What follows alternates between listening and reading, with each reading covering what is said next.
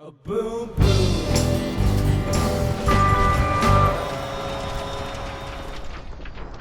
Hey, this is Time Bomb, and if it's your first time checking out the channel, hit that subscribe button to catch all the updates. Thanks a lot for joining me here today. I wanted to start off doing a new weekly feature for this SCL season where each week I'm going to do a recap going over all the games, and yeah, that's what I'm going to do here. Just a quick little intro. We're going to get into them. I'm giving shoutouts to as many players as I can, really breaking down what I think happened in each game and how phases were flipped and how the games were won, the attack phases, breaking them down as much as I can. And then after everything, at the end, we're going to take a look at the individual league leaders in stats after we go through all the games. So thanks a lot for checking it out. Let's get into it.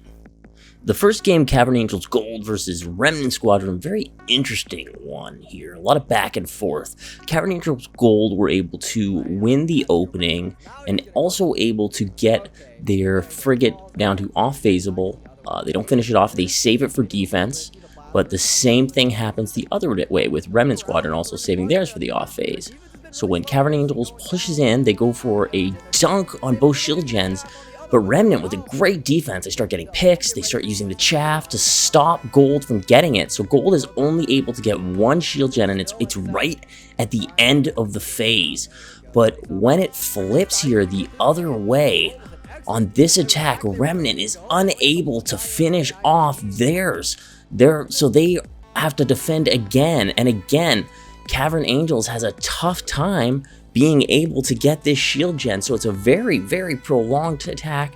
They're basically able to get that shield gen down on it, so then on the next attack, that's when Remnant's going to push through, and they're going to have a nice attack on the MC-75, standard, take out both shield generators. They're able to destroy both of them, not able to finish the MC-75, and on this third attack, Cavern Angels Gold finishes it off. So Remnant, with a very strong defense in this game, on their capital ship, their flagship, but unable to capitalize on their frigate attack there, and it slows them down.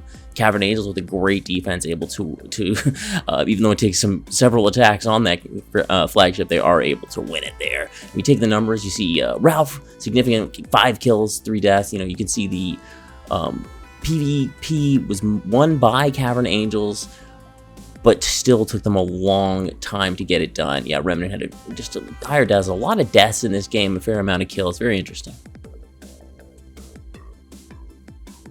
So we move on to game 2 now, and we see again late in this opening phase, Knight actually drops out, but still Cavern Angels Gold is able to win the opening. So on this attack, they do their trademark, get in there, do damage, get one frigate to be ready to be off phase. So then when they're on defense, they do a great job limiting Remnant's attack to the point where they can't even get it off phaseable. And now they're able to, Cavern Angels Gold is able to switch gears, move into attack, take out the frigate, quickly move onto the capital ship, destroy the shields, take out power, focus those weak points, and just do damage to just work it down here using basically their second attack here, their first phase on the capital ship with a full morale bar. They have a little bit left at the end of phase that they're able to just knock it down, come in one by one and get the off phase, and then they're going to be able to finish this one off and take both games in this one. So this was just very, very clinical by Cavern Angels, this one. Even having Knight drop off the opening didn't matter. He reconnected quickly, got back in there, and they're able to win this one. Great showing by Cavern Angels Gold. We see on the scoreboard a less PvP focused game, just a PvE race in this one. Remnant, very few deaths, 3 players with 0 deaths. Cavern Angels Gold had more. I think probably most of those deaths came from off phasing the capital ship at the end. Just clinical work by Cavern Angels, going 2-0 to start the season.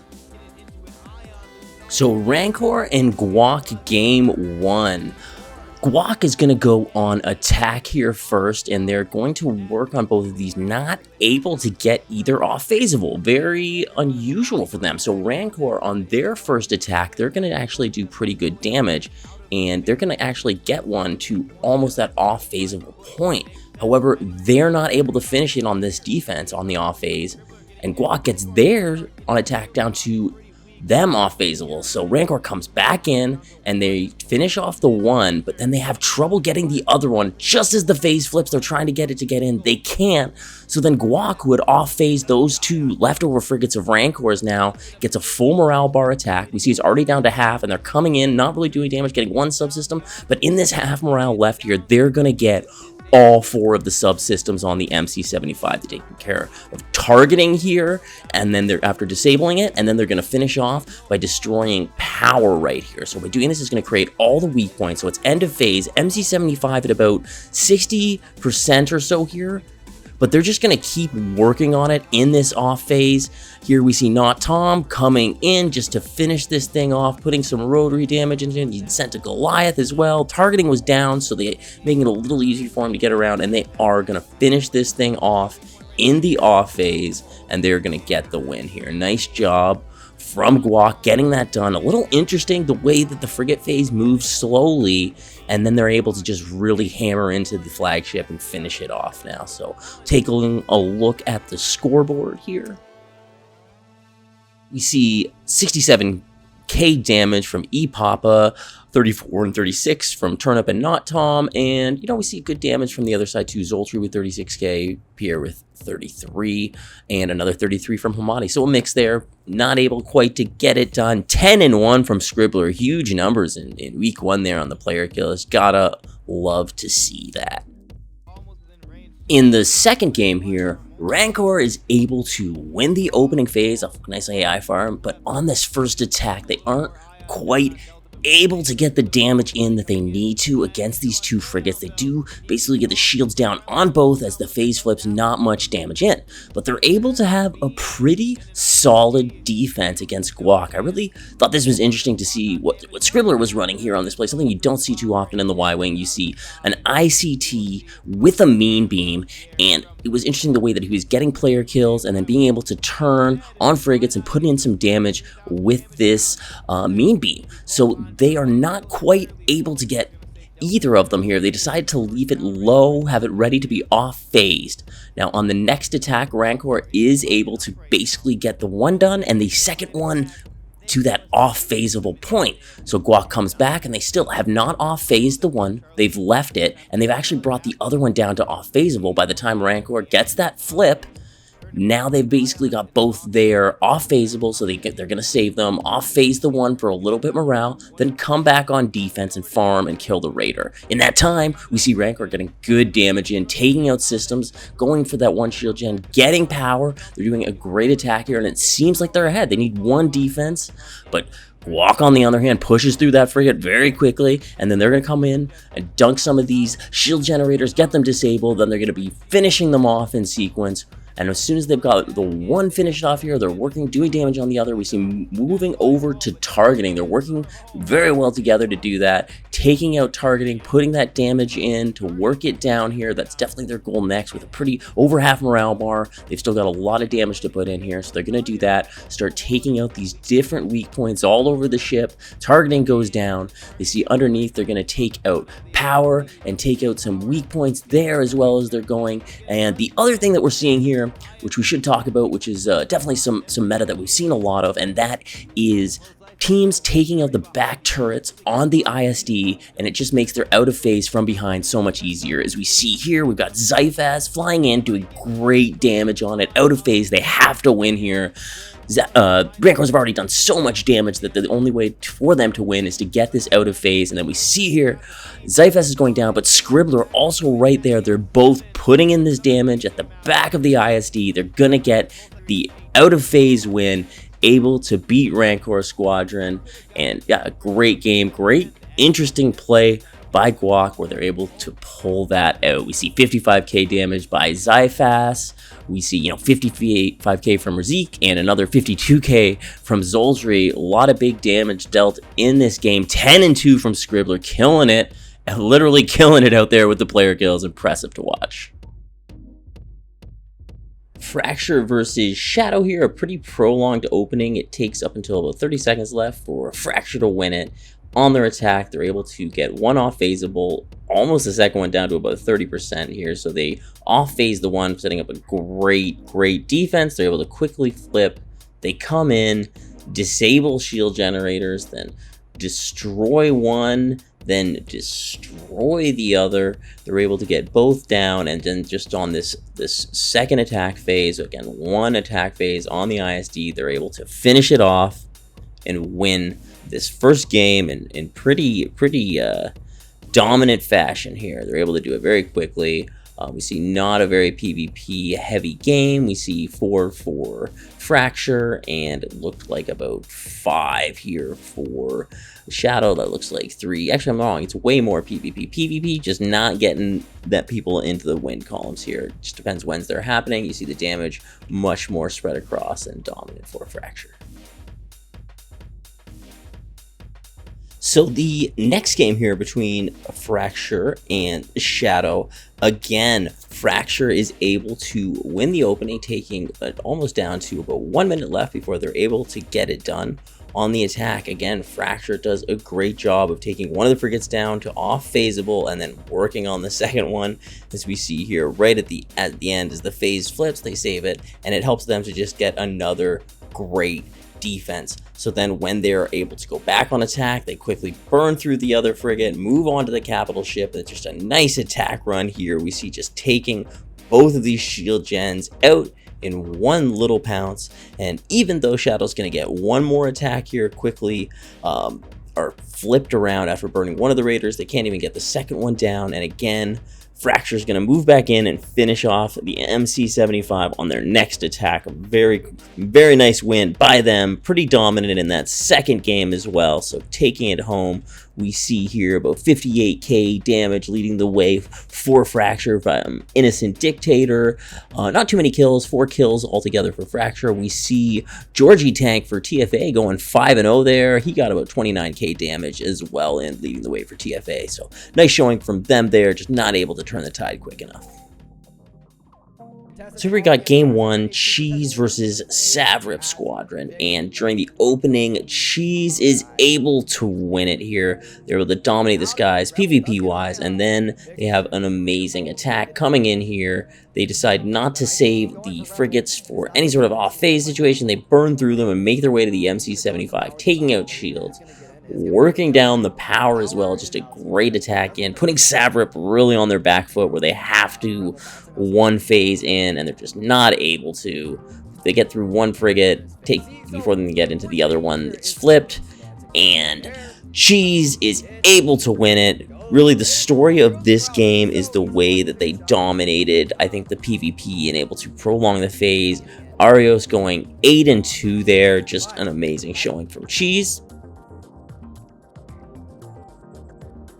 In game number 2 of Cheese versus Savrip, as we see this dunk right here from Delta on Zareth to get the phase flip. Cheese is going to win the opening and go on the attack, but a great defense from Savrip limits what they can do. Same thing though, right back, another great defense from Cheese against Savrip, so it's slow going. Finally, Cheese is able to push into the capital ship, and they're trying to get the damage in, but again, a great defense from Savrip, really limiting what they do, so it gives them a chance to get back in it. So when they're on attack, they get both of the frigates to that off phase point. They should be able to get a quick defensive flip, but they struggle just a little bit to get them off phased, a little bit slow going, and this allows Cheese to really get in there, disable the shields, destroy the shields, and take out power. And I think right at the end here,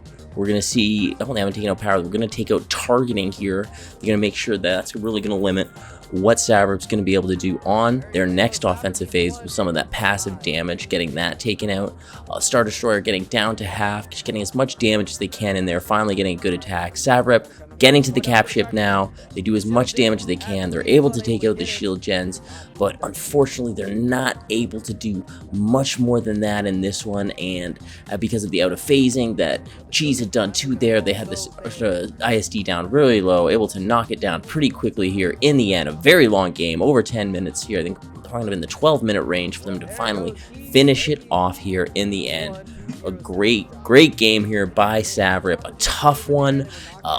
Even though they didn't get to the capital at the end, they really limited such a strong team like Cheese and what they could do getting through in this one. A really strong showing from them. I know they were a little down after talking to some of those guys afterwards, but they had that was just tough breaks for them in this game altogether here. And when we look at this one, you can't help but notice that we've got 11 kills on the board, which is just so many in a competitive game here like this. Yeah, we see Arios with 11 kills just dominating there. We see Jackson leading the way with 52k damage for Cheese Squadron. And Cheese is going to go 2-0. This game is Imperial Guard versus Tempest, and Tempest wins the opening. But on the first attack phase, their attack does stall out just a little bit. They aren't able to get either frigate down to an off-phase point. So it does flip with not that much damage into them. IG, on the other hand, they decide to take out the first frigate and try to work down the second one to off-phaseable, and they don't quite get it all the way. So Tempest on their next attack is able to burn through the frigates and get to the MC-75, and they do have a big attack morale bar when they get there, but they aren't able to take out any shield generators or subsystems on the first attack. IG, when they pushed through, they got in, and they're going to take out both shield generators on this attack here. We see Hod with a nice run, taking out both, and then they're also going to be able to destroy power here at the end of the phase. They're going to limit their passive damage once Tempest does get the shields down here. On this phase, they do have a good attack. They get in. They're able to destroy some subsystems. We see Chua just extending his life here, avoiding this kill, trying to get some extra damage in, but it's just a little bit too late for Tempest. They're not able to capitalize on winning the opening in this one. IG's going to come back in, take out power, finish off the weak points, and they're going to put down the ISD here and win this one. A nice win from IG. Tempest was there. They had a chance, just a very, I would say both teams sort of made not mistakes, but different calls on how they burn the Raider. No off-phasing of the Raiders to help the defenses out, but still able to stop Tempest from getting in and destroying the shields on that one attack run. That seems to be really leading to victory for a lot of teams. If you can make the attack phases longer for a solid team, it's really gonna make it difficult for them, and then it gives you a chance to come back. So we see Swift going 10-2, getting lots of kills there. 54k for Luma, 70k for Chua in this one. In game 2, IG really seemed to settle in here. It was a prolonged opening down to the last 10 seconds. IG does win it. On the attack here, they do take out one frigate, but are not able to do any damage to the second one.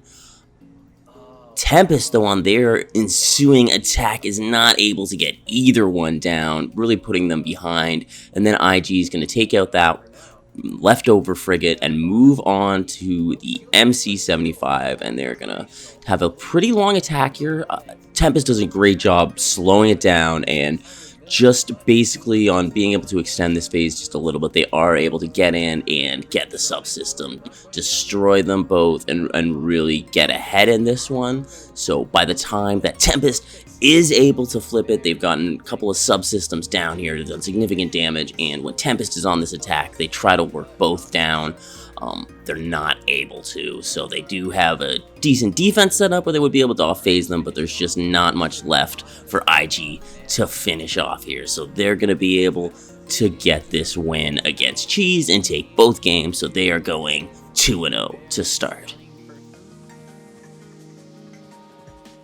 In the Spicy Squadron Ghost Squadron matchup here, Spicy is able to win the opening, and on their attack, they're going to work back down both of these frigates to the point where they are out of phaseable in this game. So by the time that the phase does flip, they've got both ready to be popped, so they're going to knock those out on the phase flip, get back on offense, and then on this first attack on the ISD, they're able to get in, disable the shields, and destroy them. Just a very, very clinical attack. Power we see going down as they're finishing off these shield generators. So then once they are down, they're just going to be able to go in, hit those weak points, finish off the ISD and just take a commanding victory here. This was just clinical work by Spicy, who I think I have not given the respect they deserve on some of the tier rankings. They are one of the top teams in the game. Shout out to Spicy Squadron with a great win there in this game. We take a look at the scoreboard. Pretty good balanced damage from each player.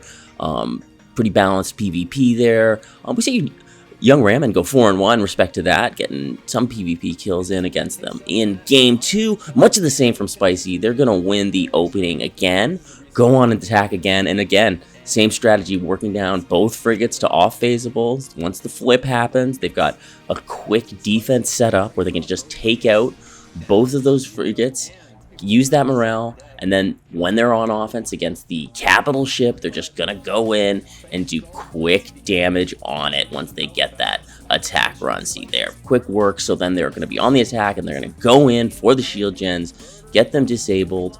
We see Dark Craig on a run here, going in once, gonna come in again, he's gonna get beaconed here, doesn't matter, gonna go in, finish off the shield gen after the disable there, and then we're going to see Jashikwa on the other side move in, finish off the other one. They're going to, same thing, take out power, finish off the weak points, just use one phase to take down the frigate. Just clinical work by Spicy Squadron, getting it done. Really good job by them. Great game plan. They come in and they're going to get it done. Another dominant win by them. Clinical fashion. I mean, you kind of got to take notes about this. It's definitely the way to go, leaving both frigate off phaseable. It just gives you a perfect defense, and then if you do your final attack right, you can just win it that easily. It's 2 attack phases. It's almost the easiest way that it can be done, so hats off to Spicy Squadron. So Randos versus Roughnecks. Randos is gonna win that opening phase and go classic Rando style, just devastating attack. They're gonna burn the first frigate and leave the second frigate for off phaseable, just, you know, classic Randos doing Randos things. Now, to Roughnecks, giving them credit, they actually had a really good attack here. They were, especially considering that Randos had that 1-2 off phase for the morale. Rancor gets very close. They get that one off phaseable at least, and still though, Randos on their next attack, they're gonna come in, just work the shield generators, just work them down, then also gonna be able to take out the power system. So just doing that so quickly is going to create all those weak points for them, and then they're going to pop all the weak points as soon as they have a chance. So they're just going to quickly burn through this MC-75 on one attack phase, just doing a great job. As we see here, Submo in the TIE Fighter, my favorite ship, and it phase is going to flip at the very end as Randalorians are going to finish this thing off, bringing it down all the way in that one phase, and they're going to win that game. Great showing from Rancor, though. There's not much that they can really do in that place. They just got beat by a good team. So we look at the story of the game right there. We see 58k damage from Mr. Ziggy, another 50k from Lanier, 3-0 from Jester. Just nice work from Randos. Only 3 deaths for them and 5 deaths for the Roughnecks. So good game there. In game 2, in the opening, Roughnecks came out strong. They were pushing Randos. Randos fought back hard all the way in the last 20 seconds here, 16 seconds left, where they finally get the opening. So they're on their first attack, and they're able to get the first one down to out of phaseable, and then right after the phase here, they're going to work this one down to all the low 20s, so it's very close as well. So they're able to use that out of phase on defense. Rancor does a good job pushing through one, but they don't save it for out of phase, so they have one full remaining. Randos, on the other hand, coming in first, knocking down the power first before taking out either of these shield generators. Very interesting strategy to have a couple people working on that in unison, then coming around and finally disabling targeting. So this is going to give them a lot of ability to circle around and do this sort of off phasing from behind on the ISD like we've seen other teams do too. 1 time, 2 times, and again, going to loop around 3 times, coming in, looping around again, 4 times coming back. And again, look at this, we're going to come around again for a 5th time in attack. He's just going around and around, basically nothing left, and just doing huge damage off phase. Randos are able to get the second game as well and win 2-0, commanding victories both times. So let's take a look at the scoreboard here and see Lanier's got 43k, another 55k from Mr. Ziggy, and Jester with 47k. Also, Jester leading the way 5-2 with kills. Orange Squadron versus Gray Nova here. Gray Nova is gonna win the opening, and going on attack here, Orange Squadron does a pretty good job minimizing the damage that they can do and getting the flip before it's off phaseable. But Orange Squadron on their attack, not able to do enough damage either. So Gray, when they come back on the attack, they're able to push through both and get to the MC75, and even with this half morale bar, they are getting in here, doing damage, destroying this shield, and then also going to get the other shield, so both shields down on this attack. Orange Squadron on their next attack, all they can do is barely get this one to the off phaseable range, so Gray going to come back in this last one and easily finish it off ahead of Orange Squadron. Pretty nice play with little in question there. Kind of a balanced first in the frigate, but Gray really ran away with it after that. The damage leader there, 64k from Juder, 57 from Lizard Wizard, and 49 from Morg. In game 2, again, Nova's gonna win the opening off this Raider burn right here. They're gonna get great damage in, working the other one down to almost that off phaseable range on the second one.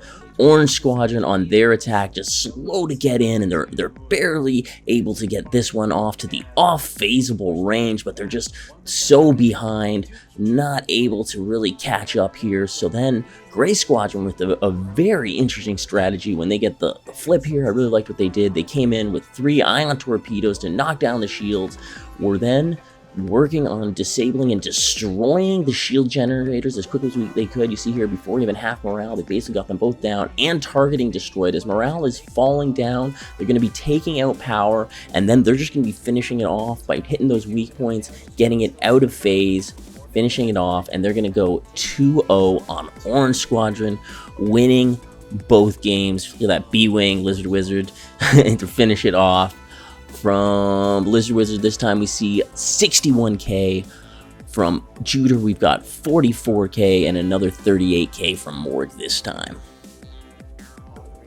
In Hut versus Hex Squadron, Hut is able to win the opening and do a dominating attack as they push all the way to the MC75 and do heavy damage, able to take out subsystems here, just move in and do heavy damage. One shield destroyed, the other one's gonna go down. They're just gonna get both of them knocked out. Night Witches will have a short defense before Hut can come back in and take out the MC75 in quick fashion. Very nice win from them. They basically dominated the whole way against Hex Squadron. So let's take a look at the scoreboard here. Pretty balanced attack. Sheriff led the way with 43k, 6 and 2 kills from Stardude, 6 and 1 from Lemming as well there, and yeah, Hex couldn't really get a solid defense together. In game 2 here, more of a prolonged opening, over a minute here, and Hut was able to take the opening and even had a more dominating attack here as they quickly burned through both of the frigates and onto the capital ship. They are a little late with the beacons, just end up destroying and doing damage on the shield generators before working down, targeting, and then finishing off the ISD in one phase there. Very commanding victory from Hut Squadron as they're going to get this, true one phase push, winning the whole way. So great game from them, taking that 2-0. In the scoreboard, we can see 51k damage from Spoonie, 42 from Sheriff, and 8-0 from Stardude, getting the picks there. Night Witch just did not have an answer.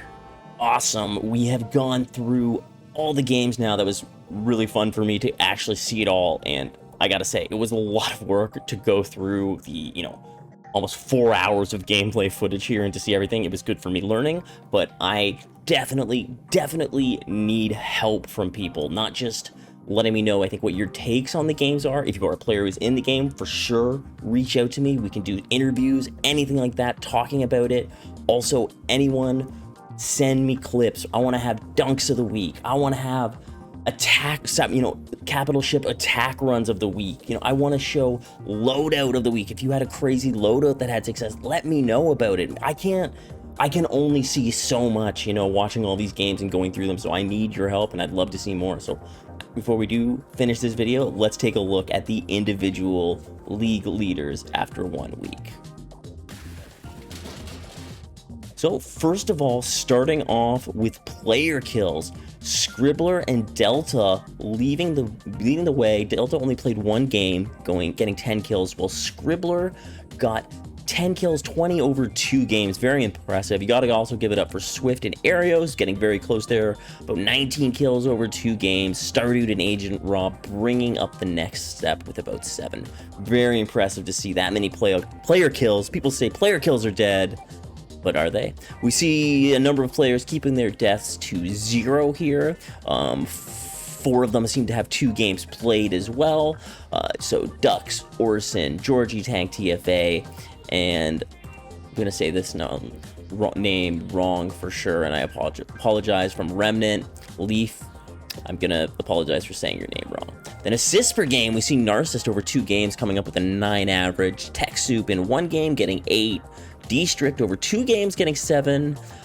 DCK Weil 7 in 1 game, and then TFA Michelasis 5.5, and we see kind of dropping off from there. Shout out to Gonk for getting 5 average over 2 games as well, being on top there.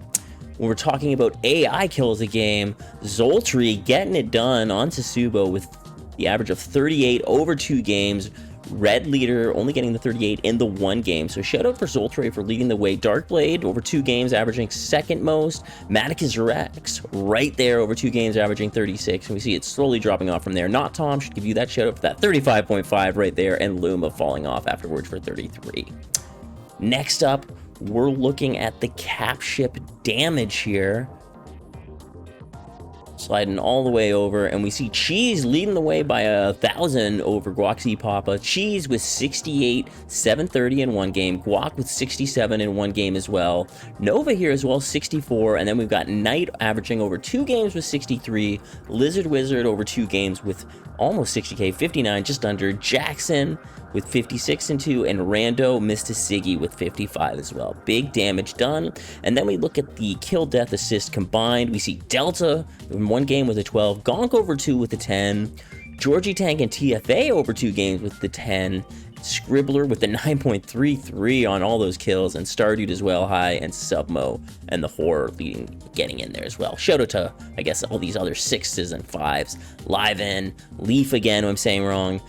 Not Han, and Lemming the Hut all with 5. Apparently, I'm going to cut it off there, Jester. You don't get a 4.5 shout out. Okay, you got one. So now Turnip gets one, and Swift for 4.33 as well. Okay, we're ending it there. Everyone did great with their KDAs, though. I can't believe I gave that stat such a shout out. But thank you, everyone, for checking out all of these stats. This video was a lot of work for me to make, but really fun, and I do want to do these, and I want to actually improve these every week. So if you want to help out, again, let me know. So thanks a lot for checking out this video. I'm Time Bomb. You guys are awesome, and I will catch you guys later. Boom, boom.